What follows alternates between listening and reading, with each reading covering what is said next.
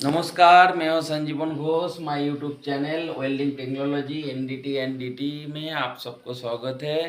तो आज का टॉपिक है वेल्डिंग प्रोसेस में एसएमएडब्ल्यू वेल्डिंग के बारे में आज हम आपको बात करने वाला है। तो देखो, ये जो एसएमएडब्ल्यू प्रोसेस है, हम 10 मिनट 5 मिनट का जो भी वीडियो बनाएंगे, यहाँ पे तो सारा टॉपिक क्लियर तो नहीं होगा, बट हमने जो जो चीज़ आपको बताएंगे वो आप ध्यान से अगर सुनोगे ना, तो आपको कोई भी जगह पे इंटरव्यू में जाओ, आपको काम का रिगार्डिंग कोई भी काम हो, तो आपको मेन मेन टॉपिक आपको बता दूंगा मैं। ये एसएमएडब्ल्यू वेल्डिंग में एक्चुअल होता क्या है, उसमें क्या क्या होता है, वो मेन मेन पूरा शुरू से लेके एंड तक आप देखोगे ना, तो आपको एसएमएडब्ल्यू वेल्डिंग के बारे में आपको पूरा डिटेल्स में नॉलेज आपको मैं दे दूंगा।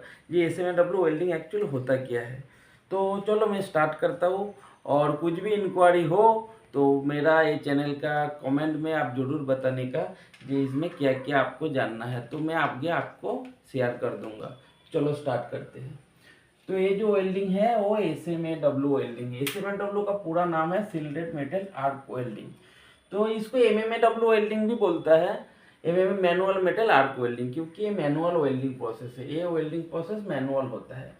तो इसका जो मेन फंडा में थोड़ा सा समझा देता हूँ। ये होता है, ये वेल्डिंग फाइनल वेल्डिंग जो होता है ना, तो ये वेल्डर स्किल में डिपेंड करता है, क्योंकि इसका जो इलेक्ट्रोड रहता है वो भी मैनुअल लेना पड़ता है, और जो मारता है वो भी वेल्डर को खुद को मारना पड़ता है। तो जो भी कंट्रोल है वो मैनुअल करना पड़ता है। इसके लिए बहुत ज़्यादा स्किल का ज़रूरत है। तो ये एक बहुत इम्पोर्टेंट पॉइंट है। और दूसरा एडवांटेज क्या है, ये बहुत उतना कॉस्टली नहीं है। इसके लिए कोई अलग से गैस ज़रूरत नहीं रहता है। इसका जो कवरिंग इलेक्ट्रोड का अंदर जो कोटिंग कवरिंग रहता है ना, तो उसका अंदर ही पूरा चीज़ आ जाता है, जो प्रोटेक्शन के लिए, तो वो आ जाता है। तो इसके लिए ज़्यादा इसको, और क्या है, किधर भी साइड में भी आप जाओगे ना, तो मतलब ये मशीन इजीली ट्रैवल कर सकता है, ठीक है ना। तो इसके लिए एक साइड से तो बहुत अच्छा है, लेकिन दूसरा साइड ये प्रोडक्टिविटी जो है ना, ये बहुत लो हो जाता है, क्योंकि बार बार जैसा एक इलेक्ट्रोड लेते हैं तो वो इलेक्ट्रोड जलाना पड़ता है, ठीक है ना। तो इसके लिए प्रोडक्टिविटी जो है ना, ये बहुत ही कम होता है। प्रोडक्टिविटी कम होता है, प्रोडक्शन कम हो जाता है। इसके लिए ये दिक्कत है। लेकिन किधर भी आप साइड वेल्डिंग करने जाओ तो ये वेल्डिंग बहुत ही अच्छा है आपके लिए। तो चलो स्टार्ट करते हैं।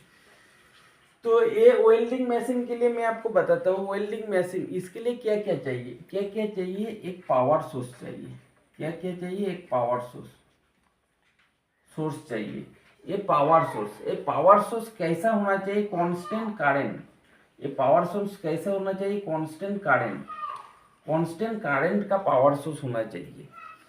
और दूसरा क्या है, ये बहुत इंपॉर्टेंट है, ये इंटरव्यू में पूछा जाता है। ये चीज़ कैसे होता है, कांस्टेंट करंट क्या होता है। कांस्टेंट करंट बोले तो जो हम जैसा वेल्डिंग मारता है उसका जो वेरिएबल होता है ना, तो वो ज़्यादा ऊंचा कम ज़्यादा मैनुअल कंट्रोल करता है। समझ लो यहाँ पे आप वेल्डिंग मारोगे तो ये थोड़ा अप डाउन होता है ना, तो ये अगर कांस्टेंट करंट नहीं रहेंगे, करंट अप डाउन होगा, तो वहाँ पे पेंटेशन का प्रॉब्लम आएंगे। तो इसके लिए ये पावर सोर्स जो है ना, एक कांस्टेंट करंट का पावर सोर्स होना बहुत ही जरूरी है। तो इसके लिए ये बहुत इंपॉर्टेंट क्वेश्चन है। सीसी का मतलब है कांस्टेंट करंट, ठीक है। और क्या होना चाहिए, इसके लिए दो केबल होना चाहिए, एक अर्थिंग का और एक होल्डर का। एक अर्थिंग का केबल होना चाहिए और एक होल्डर का केबल होना चाहिए, ठीक है ना। तो होल्डर में क्या रहता है, एक होल्डर रहता है। होल्डर का अंदर क्या रहता है, ये अपना होल्डर में आप इलेक्ट्रोड ऐसा रखोगे, और अर्थिंग अपना वर्क पीस, समझ लो ये वर्क पीस है, यहाँ पे आप अर्थिंग ऐसा लगा देने का, और होल्डर का अंदर इलेक्ट्रोड रख के आप आराम से वेल्डिंग मार सकते हो, ठीक है ना। तो ये चीज़ थोड़ा मतलब इसके लिए अर्थिंग ये चाहिए। और क्या चाहिए, अगर ये रॉड रॉड जो रहता है, ये हाइड्रोजन का प्रॉब्लम का वजह से एक ओवन होना चाहिए आपका नेसेसरी। तो ये सब चीज़ क्या रहता है, आपको ज़रूरत पड़ता है। तो इधर मेन जो ये वेल्डिंग का अंदर काम करता है वो होता है एम्पियर और वोल्टेज। जो एम्पियर और वोल्टेज ये मेन पैरामीटर में आता है, एम्पियर और वोल्टेज। अगर एम्पियर ट्रैवल स्पीड तो आप खुद जैसा दूसरा में ऑटोमेटिक में ट्रैवल स्पीड को भी आपको सेट करना पड़ेगा, लेकिन इसमें कैसे कोई ट्रैवल स्पीड कुछ नहीं, वो मैनुअल होता है। इसके लिए इसको सेट करने का कोई ज़रूरत नहीं है। तो इसका मेन पैरामीटर जो रहता है तो है एम्पियर वोल्टेज। तो एम्पियर और वोल्टेज अगर सही से लोगे ना तो वेल्डिंग का क्वालिटी बहुत ही अच्छा आएंगे। जैसे इसका कोई गैस नहीं है, जो गैस का पैरामीटर सेट करना पड़ेगा, गैस का फ्लो रेट चेक करना पड़ेगा, इसका कोई ज़रूरत नहीं है।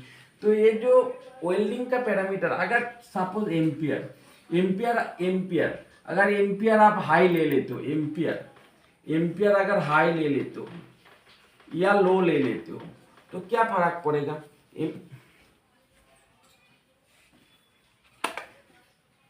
एम्पियर अगर हाई ले लेते हो क्या होता है, और लो लेते हो तो क्या होता है। देखो लो अगर एम्पियर अगर लो ले लोगे तो क्या होगा, लैक ऑफ फ्यूजन, ये वेल्डिंग डिफेक्ट। ये तो मैं बहुत बड़ा चैप्टर है, आप खाली समझ।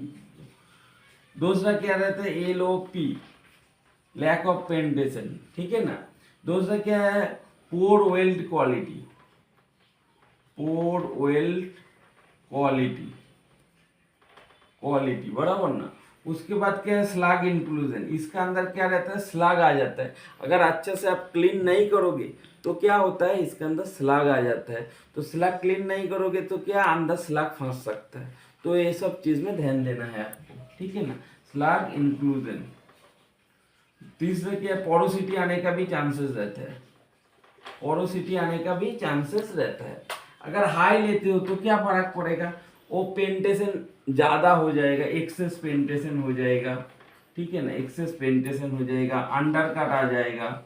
जो प्लेन मटेरियल है वो काट काट के ऐसा ऐसा थोड़ा थोड़ा, एक प्लेन मटेरियल है तो इसको काट देगा, ऐसा ऐसा काट देगा, तो ये अंडर कट हो जाएगा, ठीक है ना। दूसरा क्या रहेंगे इसमें, अगर ओवर हीटिंग, ये इलेक्ट्रोड है, इलेक्ट्रोड में ज़्यादा करंट पास होता है तो ये इलेक्ट्रोड क्या ओवर हीटिंग हो जाएगा। ओवर हीटिंग होने से क्या होता है, पूरा पोपर जलेगा नहीं, बीच में से वो खा जाएगा और वेल्डिंग खराब कर देगा, ठीक है ना। तो ये ओवर हीटिंग का प्रॉब्लम आता है। तो ये सारा चीज़ क्या रहता है, एम्पियर अप डाउन करने से ये सब चीज़ होता है। तो आपने को क्या करने का, एम्पियर एच पर डब्ल्यूपीएस लेना है, एच पर डब्ल्यूपीएस। ये देखो ये जो डब्ल्यूपीएस है ये कैसे बनाता है, ये मैं आप लोगों को सिखाऊंगा आगे। ये बहुत, ये अगर एक बार आप सीख जाओगे ना डब्ल्यूपीएस बनाना, ये डब्ल्यूपीएस बनाना, तो आगे आपको कोई टेंशन नहीं है। ये डब्ल्यूपीएस के पैरामीटर कहाँ से लेता है, ये सारा चीज़ मैं आपको बताऊंगा। वोल्टेज में भी जो वोल्टेज रहता है ना, वोल्टेज में भी सेम प्रॉब्लम रहता है, वोल्टेज में भी सेम प्रॉब्लम रहता है। जो कम लेने से वो क्या होता है, बीट पतला हो जाता है। वोल्टेज का काम पहले आपको बताया था, वोल्टेज का काम क्या रहता है, ये वोल्टेज का काम क्या रहता है, जो वेल्डिंग का बीट रहता है, सपोज ये वेल्डिंग है, ये वोल्टेज कम लेते हो तो क्या होता है, लो लेने से ऐसा होता है। अगर वोल्टेज ज़्यादा लेते हो, ये अगर वोल्टेज लो लिया, तो अगर हाई वोल्टेज लिया है तो क्या होता है, वेल्डिंग ऐसा हो जाता है, पूरा फैल जाता है, अरे छोटा बीट हो जाता है। तो ये सब चीज़ आपको ध्यान देना पड़ेगा, वोल्टेज और अपना एम्पियर के ऊपर, ठीक है ना। अभी आगे मैं जो बात कर रहा हूँ, ये मेन जो ये जो डब्ल्यूपीएस का बोल रहा है, ये डब्ल्यूपीएस में आगे आपको बहुत अच्छी तरह से सिखाऊंगा। इसका बहुत बड़ा चैप्टर है, कौन सा स्टैंडर्ड से कहाँ से रेफरेंस लेना पड़ेगा, इस डब्ल्यूपीएस क्या है, डब्ल्यूपीएस के अंदर कौन सा पैरामीटर दिया रहता है, उसका एसेंशियल वेरिएबल क्या है, नॉन एसेंशियल वेरिएबल क्या है, ये सारा चीज़ मैं आपको समझाऊंगा। तो आगे मैं आपको बात करूंगा, ये तो हो गया एसएमएडब्ल्यू का आपका पावर सोर्स का बारे में, ठीक है ना। अभी इलेक्ट्रोड के बारे में थोड़ा थोड़ा मैं आपको समझा देता हूँ जी, इसके लिए कौन सा इलेक्ट्रोड बोले तो लगता है। इसका भी चैप्टर में इलेक्ट्रोड का कंज्यूमेबल का चैप्टर अलग से बनाऊंगा बहुत बड़ा से। लेकिन इलेक्ट्रोड कैसे रहता है, इसके लिए सिलेक्शन एज पर स्टैंडर्ड करता है। ओवरऑल मैं आपको बताता हूँ, जैसा 7018 वो CS टू CS का जो मटेरियल रहेगा, अगर दो मटेरियल CS टू CS अगर ज्वाइन करना है तो आपको क्या करना है, 7018 का लेना है, ठीक है ना। एग्जाम्पल जैसा 308L, ठीक है ना, L का मतलब L लो कार्बन, ठीक है ना, SS टू SS मानना है तो 308L। 7018-1 वो LTCS मटेरियल के लिए, 8018 वो एलओई के लिए, ठीक है ना। ये 309 SS टू CS। अभी कभी कभी क्या होता है हमारा इंडस्ट्री में SS और CS का मिक्स होता है, ठीक है ना। तो उसके लिए हमको सोच में कौन सा इलेक्ट्रोड यूज करूँ, तो उस पर्पज में हमको क्या करना है, ये 309 इलेक्ट्रोड यूज करना है। तो ये सब बहुत बड़ा चैप्टर है, इलेक्ट्रोड सिलेक्शन कैसे करना है, वो आपको कौन सा स्टैंडर्ड्स देख के करना होता है, वो सब आपको मैं समझाऊंगा, ठीक है ना। अभी एक मैं सिंपल एग्जांपल देता हूँ, E7018, इसका भी पूरा मीनिंग रहता है। E7018, ई का मतलब है इलेक्ट्रोड, ई का मतलब है इलेक्ट्रोड, ये 70 मतलब 70,000 PSI इसका टेंसाइल टेंट है। बोले तो उसका जो क्षमता है वो कितना, 70,000 PSI। ये 1 का मतलब क्या रहता है, ऑल पोजीशन, और 8 का मतलब लो हाइड्रोजन रॉड, और उसका जो फ्लक्स कवरिंग रहता है उसका जो कंटेंट रहता है उसमें एक 8% दिया रहता है, ठीक है ना। तो ये होता है ओवरऑल इलेक्ट्रोड के बारे में। तो मैं आशा करता हूँ आपको अच्छे से समझ में आ गया है। तो मेरा ये वीडियो अच्छा लगा तो कमेंट, शेयर और सब्सक्राइब जरूर करना, और कुछ भी आपको क्वेश्चन रहे तो कमेंट बॉक्स से करना। और मेरा ये सारा वीडियो जो मैं बना रहा हूँ, ये वीडियो में डिस्क्रिप्शन में दे चुका है। तो थैंक यू, धन्यवाद।